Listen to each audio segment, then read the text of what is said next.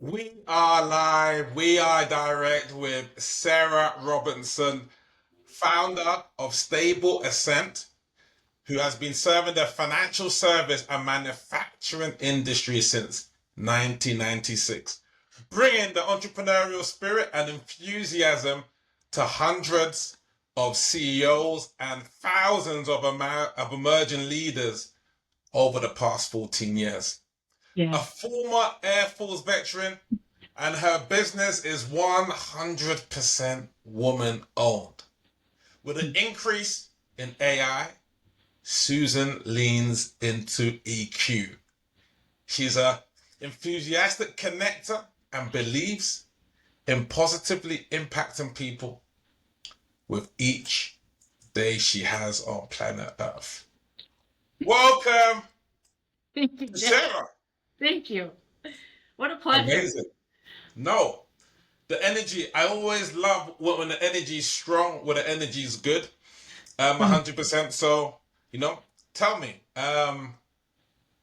what made you take the pivot into serving in terms of leadership and different sorts of companies? Yeah, why the pivot? Yeah. Why the pivot? Okay, great question. So I stepped out of financial institutions. I was a CEO at the ripe age of 26, running a financial institution, not knowing what I was doing. Went through a couple of robberies. I went through three robberies in 90 days. So that was like a big pivotal moment for putting back together a team after trauma. And I Sorry think to what hear that that. did, yeah, what it did is it really sparked a space in my brain of going, you know what, there's such a big piece of humanism that needs to take place prior to, just profitability. You got to have the numbers in a business. You've got to be able to make money to have options, but you got to really dive into your people and see what makes them tick and help them achieve and accomplish their dreams too. No, that makes complete sense. And I love that you tap into Yeah. because, like all strategies, AI, these things become commodities because it's the people, it's the culture, Mhm. that's actually there.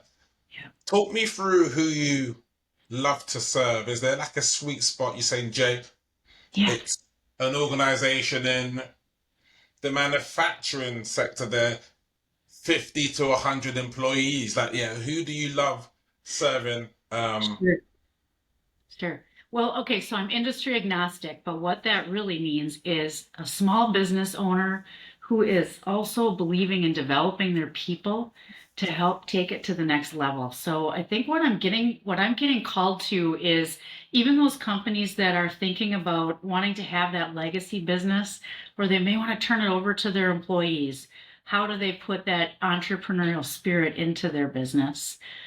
Maybe they've got a couple of generations that they're working with too, because there's 5 generations in the workforce today. So how do they capitalize on offering those emerging leaders opportunities to develop their leadership skills and experiences in order to have them be positioned in those next step leadership spaces, whether it's director, vice presidents, C-suite. It's really fun and rewarding to be that person behind the curtain that can cheerlead them on the sidelines and say, you know what, great job, team. You guys are rocking it. Your business is moving forward. I think my number one thing is to really work myself out of the job. So when What? they are, running really well, or they've made a couple of small changes where the behaviors are now causing the company to scale up and get that stable ascent and moving forward. I think that's really where my sweet spot is in the joy of seeing them succeed. So, does it need to have 2 employees or 50 employees or 100 employees? I'm looking for that motivated business owner that really knows what they've done has been a really great walk and how do they take it to the next level. That is well stated. You tell me, a business owner who is going through a chaotic descent, what are Ooh. the three yeah, what are the three things that you would do for that type of business owner who is at their wits' end? Sure. How would you help and serve there?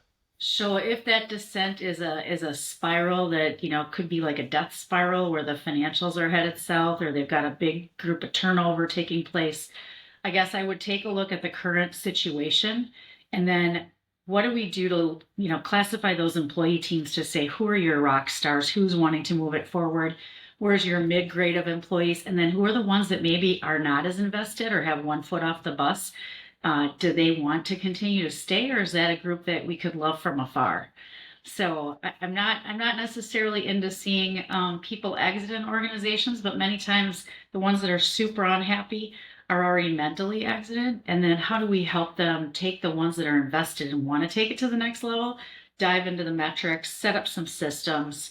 What do we need to do to put some infrastructure around them in order to see them succeed and help them gain the successes? You got to celebrate those small wins as you go, because hitting big goals is great, but it isn't necessarily sustainable if you're not really enjoying that journey as you go. So I commend the courageous leaders who say, I want to see a different pattern happen. I want to see a change occur, because it's not easy by any means, but it's very rewarding when they see the small wins. Amazing. You are a very incredible speaker. Oh, Like, do you do seminars and like you are a very natural speaker? well, thank you. No, Mm. I mean, put in a number of different scenarios. I've done mergers and acquisitions, so I've had the Well, people, yelling at me, how are we going to make it through this, with emotional turbulence all over the place. excellent. And it's caused me to really hone in on, what's the brand for Stable Ascent, and who do we serve? How do we serve? So when we look at, personally, mine is kind, classy, and confident. Oh, So I work really hard to not allow the wavering to hit those values. And how can I best serve where I'm able to, keep that, the duck's got those feet going like crazy under the water. But how do we really serve to meet people at their heart? amazing. Thank Readers you. are leaders. Clearly, you Yeah. read. Yeah. What's on your bookshelf? Like, what two books are you reading? Like, yeah. Great question. No, I'm an avid reader. I read 6 books at a time. I was probably one of those kids that had ADD and they didn't have medication for them. Hmm. I'm really big into the EOS theories because I like to tie the behaviors into the people of how do we help give them systems to succeed. I believe in that theory, and I'm also a big John Maxwell fan. I've read a Yes. lot of his books. Yeah, leaders. I believe that that really can allow for simplistic facilitation of leadership philosophies, because becoming a leader is not easy. Walking that walk is not easy. I mean, you can read a book, but actually instilling principles, that's where the rubber meets the road. How do people find success in those spaces? I love it when they've got the issues and the tough times, and when they call me on a coaching situation and they're like, Sarah, I don't know what to do. This person's driving me crazy. And I'm like, you know what? Let's bring it back to some methodologies. Let's get rid of the emotion on this. Let's love the person where they're at. Are they giving you their best?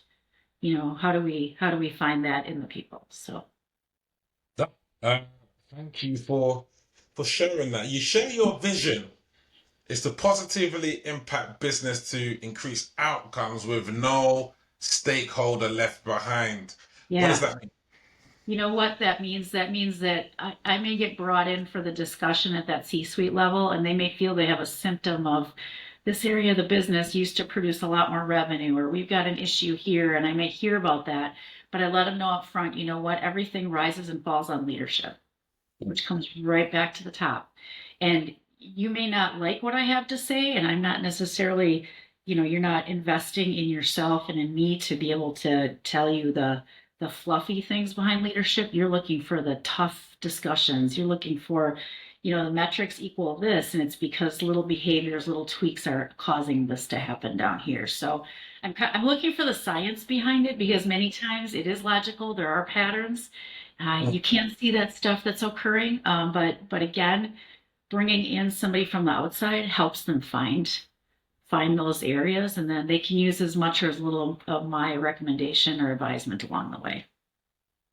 No, that makes sense. Tell me, you seem balanced. I can sense a certain balance around you, a certain calmness, equanimous energy. Okay. What do you do to relax? Because I'm thinking that there's something spiritual, or you'll let us know there. But Oh, yeah, wow. yeah. Yeah. Oh. What do you do away from Stable Ascent? Okay, so I have a very strong faith background, and I do put my time into my God, and I put my time into devotion, and I also put time into my marriage. So I spend probably 30 minutes every morning too with my husband having coffee clutch time. And you know, it taught me to find that balance and to slow down. This is going to be an impactful statement here, but it's unfortunate but fortunate. Is I'm a breast cancer survivor. So after a year of going through that turbulence, it taught me how to be a better listener, how to be a better communicator, how to kind of calm things down a little bit. Because I used to be one of those energizer bunnies that used to just go, go, go, go, go all the time. So um, maybe I'm growing up a little bit, Jay. So, I mean, I like the fact that you can reflect. Hmm. And what they always say is that if it's not scheduled, then it's not a priority. And so, yeah, we can schedule these meetings and we can schedule these things, but we need to schedule time. I know you've got two Yeah, sons, you know, yeah. your great wife. Scheduling Oh, in that time, I think, is yeah. marvelous because, it is a priority. And, if it's scheduling, then then those incremental, marginal gains come in Oh, they and do. things, I think, compound over time. Yeah, Which, that's fantastic that you even mentioned that because I'm rereading Atomic Habits right now. oh, And wow. that, Okay. yeah, and that's definitely a few statements that even cropped up when I was listening to the audio portion of that yesterday. So no, thank you for mentioning that. Yeah, and Yeah, when it yeah, comes yeah. to balance too, is family is important, and that's one of the things. How can I offer that back to leaders too? How can I help them find balance? Do we have to work a 60-hour work week anymore? Probably not.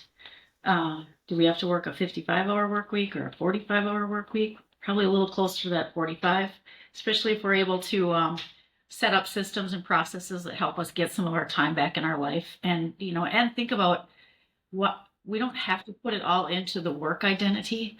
There is a value system, whether you have a family or not, you still have wants and needs and things you want to do outside of work, whether it's go skiing or go traveling or go fishing. And one of my big things right now is my husband and I want to get a fishing boat and go do more fishing together. So, hey, we're excited, and I've got fish hanging all over the place and in this this place we're currently living in, and we're transitional right now, looking at building one of those barn dominiums in a few years, and living Amazing. off the land, which will be a blast. But right now, I know my journey is needing to. I'm walking that walk to really help executives and help those emerging leaders.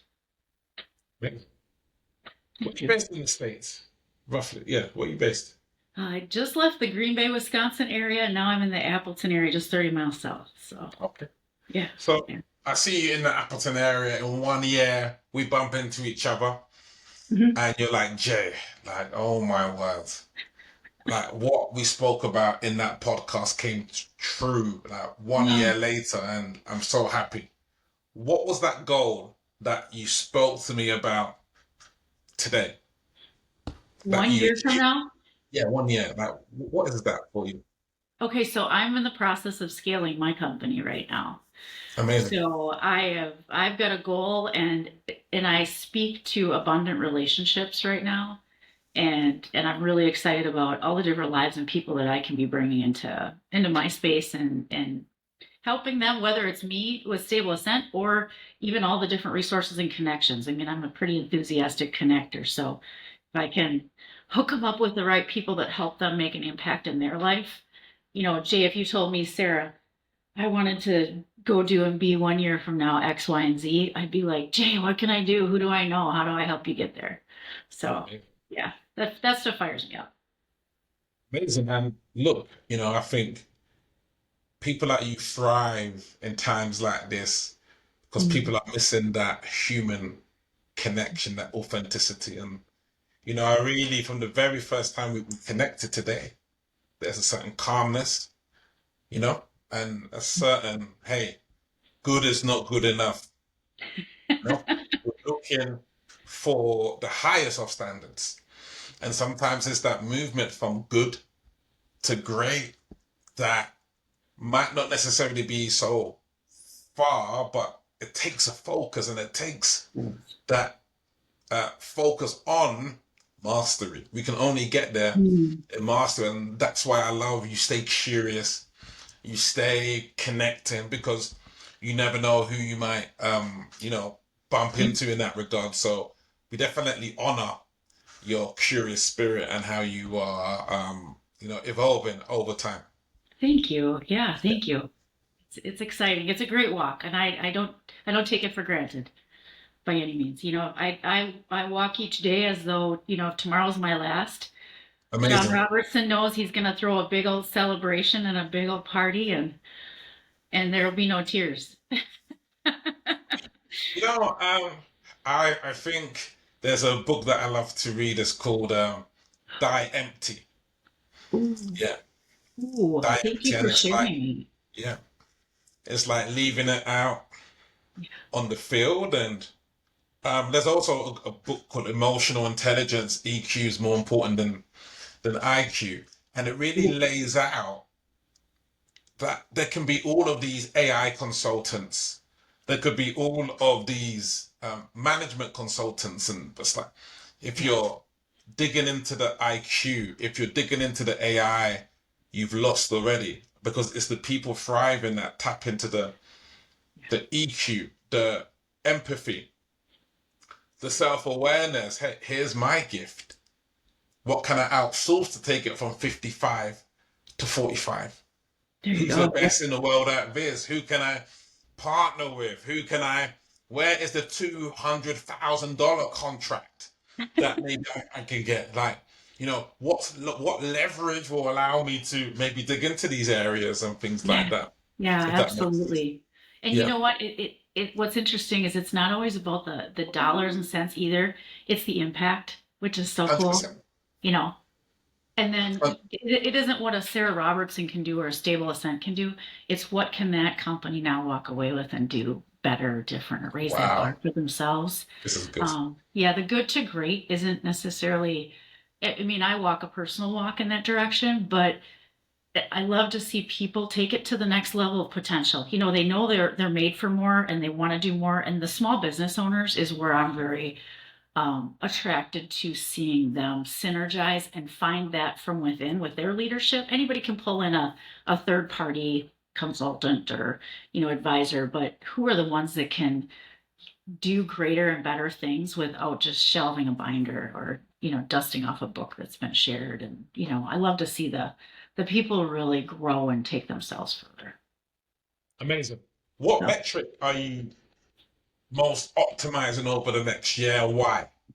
for Stable Ascent or for For stable others. ascent, okay, for stable ascent and your clients. Okay, so Stable Ascent is about, so I'm a numbers person myself coming out of banking.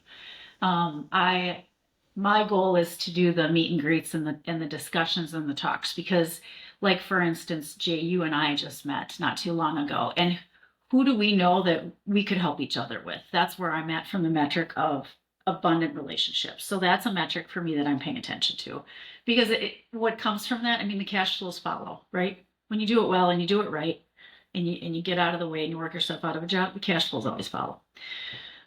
When I work with my companies, I work with them on those philosophies, but again, I let them be who they are. They've created something great, and their potential is going to take them spaces, and I chameleon in to understand fully where they want to take things. It isn't what Stable Ascent is here to preach to them or share with them. I've got some methodologies that assist, but they've already done something great, and I want to see them take it further. Amazing. You mentioned scaling. Yeah. What could be the biggest barrier to you scaling? Okay. So I'm not much different than other leaders in the fact that I've got to get myself out of the way because am I the barrier to not allowing things to happen? Do I have the virtual assistant? Am I doing what gifts and talents I truly have and should be doing? Or am I, the ones that are difficult for me? Are there other people out there that can be doing it better? Absolutely. So am I seeking that out? Am I pointing the finger inward? It's one of the big things. Am I pointing the finger inward to say, what do I need to do to get out of the way to let things go this way? Scale and ascend up. No. And I guess it's the self-awareness, it's the ability to do your SWOT analysis, Mhm. what's going well, even better if, look at the opportunities, look at the sectors, and things like this. So yeah. What leader do you most look up to? Is there a leader you think, look, Jay, the way she or he leads, Yes. I love the way they lead. So, like you had mentioned earlier, the curious leader, I'm very attracted to the curious. What makes them want to dig in for more? The knowledge seekers, the book readers, hey, have you met so and so? You got to meet so and so, Sarah. The ones that are no judgment and very few limitations of themselves. Those are the ones that I love to be mentored from. And I do meet with a number of mentors on a weekly, monthly basis. And I've got a team of people that are my advisory group that, hey, Sarah Robertson, and they've got to be a strong group because they're taking a level 5 leader to a level 6, and they've got to be a level 10 in order for me to want to have them so into me too. And it's not meaning to sound pompous. I'm very confidently humble when I say that. No, that completely makes sense. And what are your goals outside of work? Is there a charity that you want to form, or like what legacy do you want to have, and how would you like to create that? Oh, that's a beautiful question. So as Stable Ascent continues to grow. Will we have employees? I'm not sure. Right now, we've got 1099s that come in and do amazing coaching opportunities. So a foundation has been in the back of my mind. Right now, we do a number of different charitable opportunities with breast cancer awareness, breast cancer, that cancer space, as well as young people. We've actually taken a couple of young adults into our home and helped them get on their feet and get their driver's license or learn how to do interviews, or, you can't sustain and take care of yourself if you don't understand how to generate your own income, whether it's W-2 or you start your own business. So getting the kids off the streets, helping with poverty is a big thing for me, Wow. but, difficult. I mean, it's not they've got to want it, just like a business owner has to want it. And what do you look into? Like, what are the signs that a business owner wants growth? And can you tell very early on if someone isn't all in? I mean, what do you look for? I mean, obviously you Yeah, see the signs with people. Like, yeah, what signs do you see of people that, yeah, what I look for is I look for a history. You're not going to change somebody's DNA if they don't have a historical element of wanting to have growth themselves. I do appreciate good startup businesses. However, you can see a startup whether it's going to be taking off in the next 1 to 3 years or not. I know 5 years is kind of the amount of time that's out there, but again, hunger. And today it doesn't matter if you've got AI or the best automation in the world, you got to be able to have relationships with people. I truly believe that the world is still going to operate on the ability to assist with people and help them achieve their goals and that type of thing. So, can we go deeper into that? Why are relationships so important in this automation AI age? Why?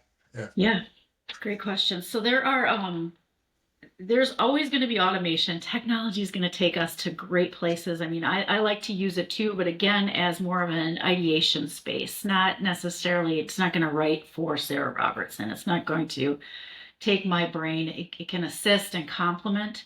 But again, you've got to understand where people are at. And I'm currently working on this cool equation right now. When I first got out of my master's program, the equation that I operated my business off of is collaboration equals high trust and low ego. And I've expanded that into a confidence space now because I really think with small business, leaders are looking to gain areas of confidence in themselves.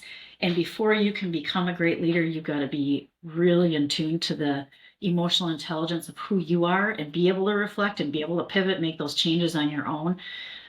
So But, right but now I'm putting it into really, context. really, really good analysis. I'm just let me just give you some clicks and just say that I'm just appreciating. This is why you get those six-figure contracts. This is why they land. This is why Oh, they land.